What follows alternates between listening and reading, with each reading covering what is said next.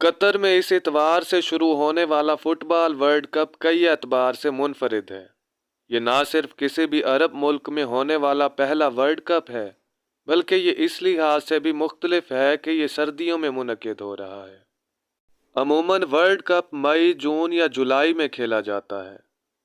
ایک طرف تو قطر اور فیفا انتظامیہ کو انسانی حقوق کے موضوع پر دنیا بھر سے سوالات کا سامنا ہے، تو دوسری طرف شائقین اور فٹ بال پنڈت اس ورلڈ کپ پر اٹھنے والے اخراجات سے لے کر اس کی مارکیٹنگ اور اس کے انعقاد کے انداز پر بھی بڑھ چڑھ کر بحث کر رہے ہیں۔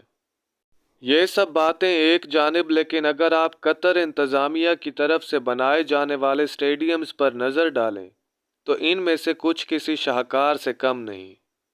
ٹورنامنٹ کے لیے بنائے جانے والے 9 اسٹیڈیمز میں سے بہت سے میدان کسی نہ کسی وجہ سے منفرد ہیں، لیکن ان سب سے ایک اسٹیڈیم ایسا ہے جو کہ نہ صرف ڈیزائن بلکہ اپنی ساخت کے حوالے سے بھی حیرت انگیز ہے۔ یہ دارالحکومت دوحہ کے ایک دریا کے کنارے واقع ہے اور حماد بین الاقوامی ہوائی اڈے سے صرف چند کلومیٹر کے فاصلے پر ہے۔ اسٹیڈیم کے ڈیزائن کو اس طرح ترتیب دیا گیا ہے کہ اس میں قدرتی ہوا اسٹیڈیم میں گردش کرتی ہے، جس کا مطلب ہے کہ اس میدان کو ایئر کنڈیشننگ کے نظام کی ضرورت نہیں ہے۔ اس سے توانائی کے اخراجات کو کم کرنے میں بھی مدد ملی ہے۔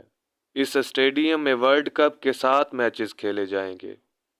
قطری حکام کا کہنا ہے کہ یہ پورا منصوبہ قریب واقع بندرگاہ اور دوحہ کی سمندری روایات اور تاریخ کو خراج تحسین پیش کرتا ہے۔ اسٹیڈیم 974 واٹر فرنٹ سائٹ پر تعمیر کیا گیا ہے اور یہ ایک مصنوعی جزیرے پر واقع ہے۔ اس کا نام قطر کے لیے بین الاقوامی ڈائلنگ کوڈ +974 پر رکھا گیا ہے، اور تو اور اس کی تعمیر میں 974 ریسائیکل شپنگ کنٹینر شامل کیے گئے ہیں۔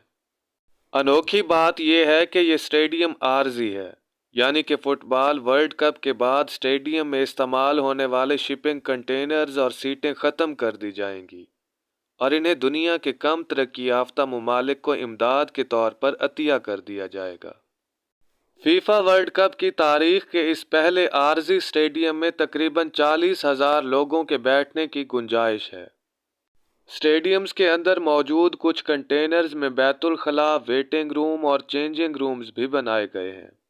امید کرتا ہوں کہ آپ کو آج کی ہماری یہ ویڈیو پسند آئی ہوگی۔ اگر ویڈیو اچھی لگی ہو تو اسے لائک کیجیے اور ہمارے چینل کو سبسکرائب کیجیے تاکہ اس طرح کی مزید ویڈیوز آپ تک آسانی سے پہنچتی رہیں۔ اپنا اور اپنے پیاروں کا خیال رکھیے۔